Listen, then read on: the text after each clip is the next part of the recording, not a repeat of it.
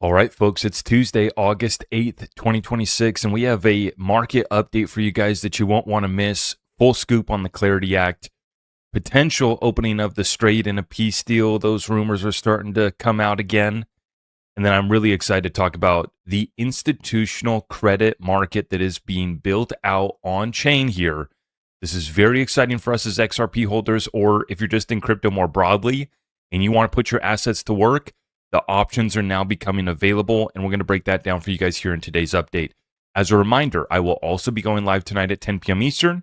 Make sure you subscribe and hit that notification bell so you don't miss any of the updates, and I can't wait to see you there. So it was looking a little bit shaky over the weekend, and really over the past couple weeks. The attacks were back on, and we were about to hammer Iran at a level that we hadn't done yet, and then President Trump called it off this weekend. So President Trump called it off, but Iran kept on hitting it. Iran had struck another cargo ship over here by Oman, and this was the second strike within 24 hours on a vessel attempting to pass through the U.S.-backed southern route in the Strait of Hormuz. So this incident was confirmed. It did happen, and once again, this was after President Trump had held back the attack. So it was looking concerning. But this morning, breaking news, U.S. Treasury Secretary Scott Bessent says a deal on the Strait of Hormuz could be reached as early as Tuesday or Wednesday. Arabia, I'm probably butchering that.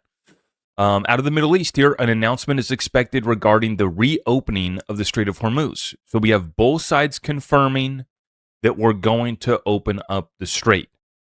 On this news, oil is coming back down. The stock market has officially hit new all-time highs for the Dow Jones and the S&P 500.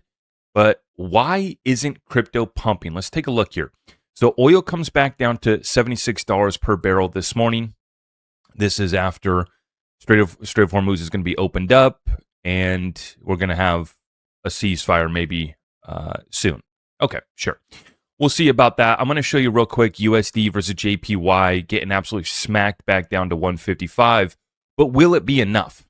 This is the problem, is every time they're having to do larger interventions, and now we had to call in our buddies, the United States of America and Treasury Secretary Scott Bessent.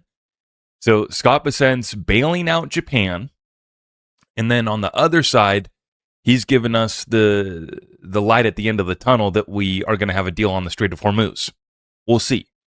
We will see, and we'll be watching that closely, but it's enough to print a new all-time high for the Dow Jones Industrial, and it's a new all-time high for the S&P 500 as well, too. So the stock market's having a day. NASDAQ back up, but still not up to a new all-time high, but holding in very well. Russell 2000 heading up, probably going to go hit another new all-time high as well there. So nice run-up on the stock market, but what about Bitcoin and XRP? Why can't we catch a bid? Why can't we catch a bid? Bitcoin back below 64,000, XRP hanging out at $1.07. We can't catch a bid, despite Strait of Hormuz going to open back up, maybe a ceasefire, maybe a deal, but we can't get any bid on crypto without clarity. That's what's holding us up. It's frustrating. I know. I feel you. You guys are just as mad as I am. Now, I don't take out my anger on my favorite YouTubers' comment section, but some people like to do that. And if you need to relieve that stress, if you need to get that off your chest, go beat up my comment section down below. Tell us how you really feel. If it makes you feel better smacking the thumbs down, go do that too. Maybe that'll help you. But at the end of the day, for us, it's frustrating. I'm turning, and I talked about this with my Discord group over the weekend. I'm more frustrated with all of the other macro issues that we face outside of crypto. Crypto's frustrating enough, but outside of that too. But what am I doing about it? I'm not, go type out a mean comment. What are we doing here? You need to transfer that energy into positive actions and making a real difference in your life, your business, your investments. So take that frustration, take that anger out, go smash a workout. You know what I'm saying? Go hit a nice workout. Go take that energy to your business. Go lock down your next, 10 sales or whatever the deal is in your business, right? Go transfer that energy and turn it into something productive.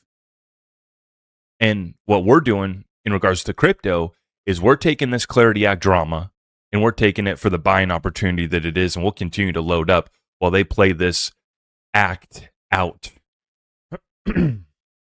Now, Senate Majority Leader Thune says he still expects to hold a vote for a Crypto Clarity Act this week before the recess. Quote, we have a bunch of stuff that we have to finish, and we'll just stay here until we finish it. Now, they did pass the CR yesterday. They have the nominations package as well, Russia sanctions, crypto market structure. We'll see if we get it. And then they need to confirm Blanche and says that NIL talks are trending in the right direction.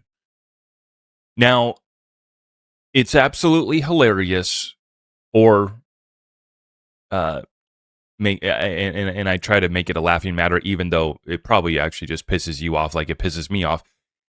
The fact that these politicians in D.C., if you threaten them with not being able to take recess, they throw a 2-year-old temper tantrum. And I know exactly what that is because I have a 2-year-old. And these guys are worse than my 2-year-old. I think that I can reason more so with my 2-year-old. I think I can get more work out of my 2-year-old. He's out there helping me in the backyard. And he throws a temper tantrum once in a while, but, we figure it out.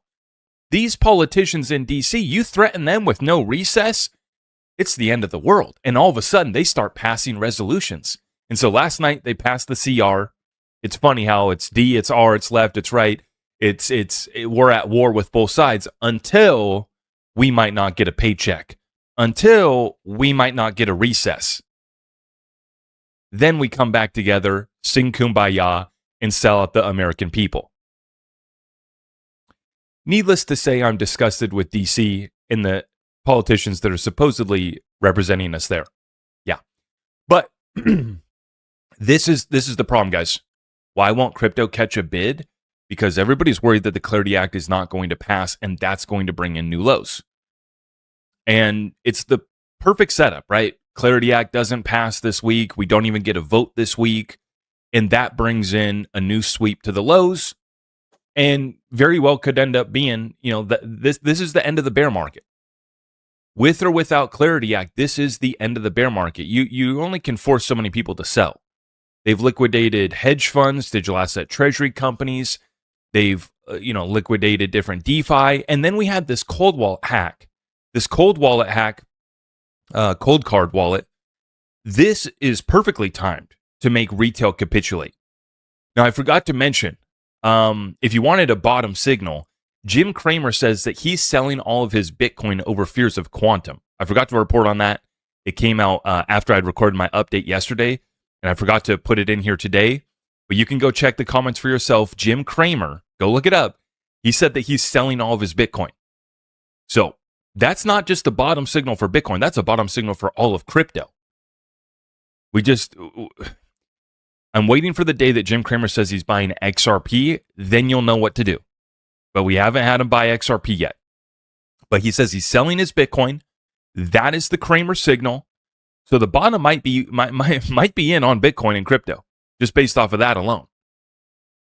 But the cold card wallet hack, the timing couldn't be better for shaking out retail. And it also just happens to be so convenient for bringing that FUD, that fear, uncertainty, and doubt into the crypto market. And it really helps Wall Street sell their ETFs. It really helps Wall Street sell their products and justify all of their management fees that they're going to collect from you because they're going to protect you. Wall Street's going to protect you, okay? Eric Balchunas commenting on it today. The cold card hack could spur greater migration to ETFs. What used to be seen as a bug by coiners, dorky, boomer, tradfi, talking about ETFs, right? That's for the boomers, right? May all of a sudden seem like a feature.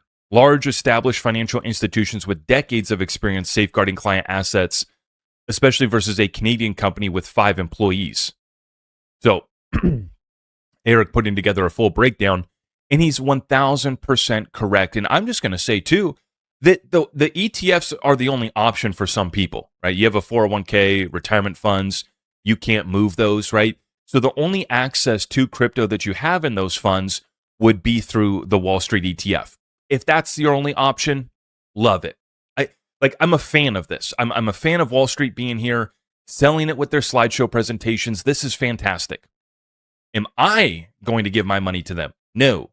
Am I going to pay AUM fees on my XRP or crypto? God, no. Are you kidding me? Come on. What? No, not me. But for some, it's a good option. And I'm laughing because I just think it's laughable. I really think it's laughable. But that's how they're going to sell this. And for some, it is the best option. So go ahead, right? But I think that there's a real gap, and I hope to fill that with my sponsor, iTrust Capital, with the other partner that I have, Caleb and Brown. We have two options, right? iTrust Capital, Caleb and Brown. Both are amazing, and both are free institutional grade custody, which is why I just laugh at the idea of paying AUM on my crypto that's just sitting in an account.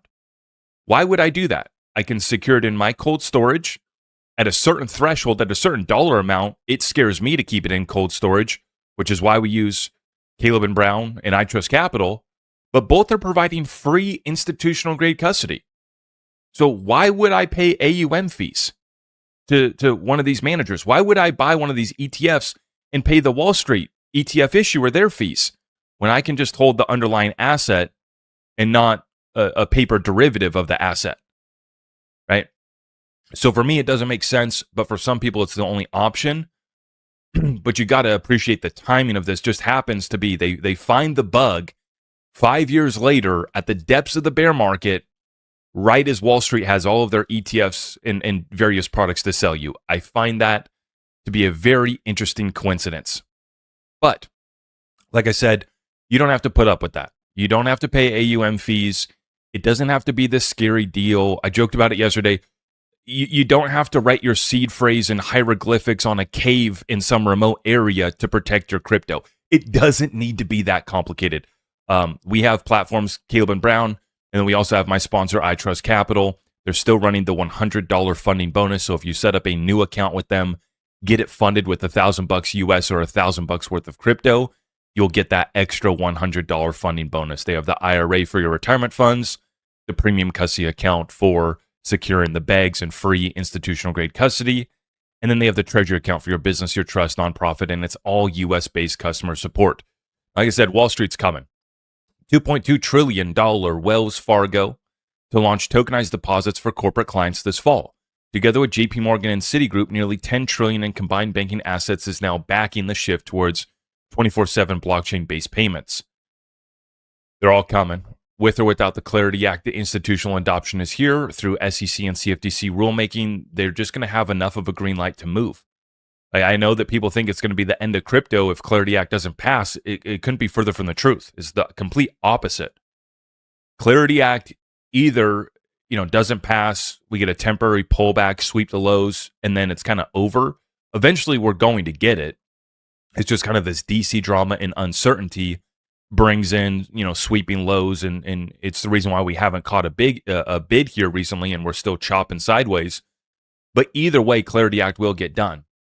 And if it does get done and pass between now and the midterms, then it just breaks us out of the bear market, takes us back into a bull run, and the inflows start pouring in again. But regardless, the institutions and banks, Ripple, XRP ecosystem, you can see the growth. It's clear as day. Monica Long, the president of Ripple, says, in the last year, we've seen the veritable light switch flip. Ooh. From bank pilots to production, from issuing tokenized assets like money market funds and liquidity funds to using them. These institutions aren't just talking about it and playing in the sandbox anymore. They're going live. Institutional capital markets are moving in one direction, on-chain 24/7. At Ripple, our goal remains to provide the full stack of digital asset infrastructure, allowing institutional participants to take advantage of the entire life cycle of a tokenized asset on the XRP ledger. And she's reposting the investments that Ripple made here into Xylo in Lesotho to add regulated transfer agency issuance and collateral mobility to our capital markets infrastructure built on the XRP ledger. This comes on the heels of Aviva investors tokenizing its US dollar liquidity fund on the XRP ledger last week. A clear signal that institutions are ready to move. BlackRock just launched another tokenized dollar fund, I believe, on Ethereum yesterday. Solana. Solana too. Well, they already were on Ethereum, but they launched another one on Solana. I mean, these guys, it's a multi-chain approach. They're rolling out multiple products, and they're all going live with or without the Clarity Act, clearly. Like Ripple's making acquisitions, going live with products. Aviva investors tokenizing US dollar liquidity fund on the XRP ledger. BlackRock tokenizing funds. We just covered it, right? Wells Fargo, JPMorgan, and Citigroup. All of these guys. I mean, if you're not moving on crypto now, you're behind. It went from make fun of it, mock it, pet rock, never going to touch it. Charlie Munger says it's rat poison squared, which I think is just an all-time Bitcoin statement. And now they flip to, if you don't have a slideshow presentation to sell your product, you're being left behind by the other asset managers, by the other players on Wall Street. Here's the best, is we're going to have our options. Like I said, you want to work with Wall Street? That's fine, right? There's a reason why they have trillions of dollars of asset under management. They're pretty good at it. Do we have the abilities to do it without them? We do. And I like having both. I like it. If you just want to do the Wall Street, the ETFs, great. God bless you. If you want to take full control, we're going to show you how that gets done too. And this right here, this is what we've been talking about. XRP as collateral live. This is Hugo from Flare. He says, this is something that we've been working towards for a while. A lending market for roUSD collateralized by FXRP, curated by one of the most trusted institutional curators in the industry, Centaura. This opens the door for much larger FXRP lending markets and for institutions that hold billions of XRP to participate. This is good for XRP. This is good for roUSD. And this is good for Flare. Now, what this is, XRP now has institutional credit rails on Ethereum mainnet enabled by Flare. So you post XRP as collateral. And they say FXRP, but you can't get FXRP without posting your XRP as collateral. And you post it in the Centaura roUSD vault on Morpho.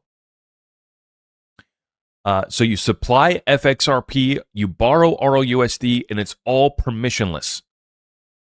This is a major milestone for XRP in institutional DeFi. And let me explain the two different roles right here. This is what we've been waiting for. Because somebody asked me yesterday on my video yesterday, are they going to use XRP as collateral or the RWAs and the tokenized assets on the ledger? The answer is both. Both. And here's where this product right here gets interesting, because you're taking XRP, you have to mint it, you have to bridge over to Flare, and that's where you get the FXRP, right? You put it in the Flare vault, and then they give you the FXRP over on Flare. And then what you do here is you deposit the FXRP into the vault, and then you get to borrow roUSD, which is what you're going to want to borrow to use to go buy a business, to go make other investments, go do whatever you want, right? You want to be able to put your XRP up as collateral, borrow roUSD, right? Which you can then go use, right? And this is where we can start to put our XRP to work. And this is now live. This is not tomorrow, next week, next month, when the Clarity Act passes. Yesterday, it went live. And like Hugo said, this allows people with billions of XRP to participate. This opens the door for much larger FXRP lending markets and for institutions that hold billions of XRP to participate. And this is why I say XRP as collateral leads to supply shock.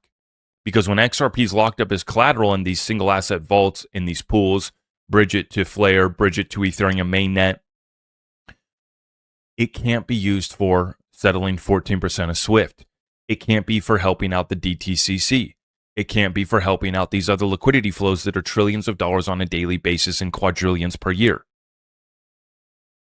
What does that mean? It means that the XRP that we are going to use to go settle that is going to need to be at a high enough price to facilitate those liquidity flows. It's simple math.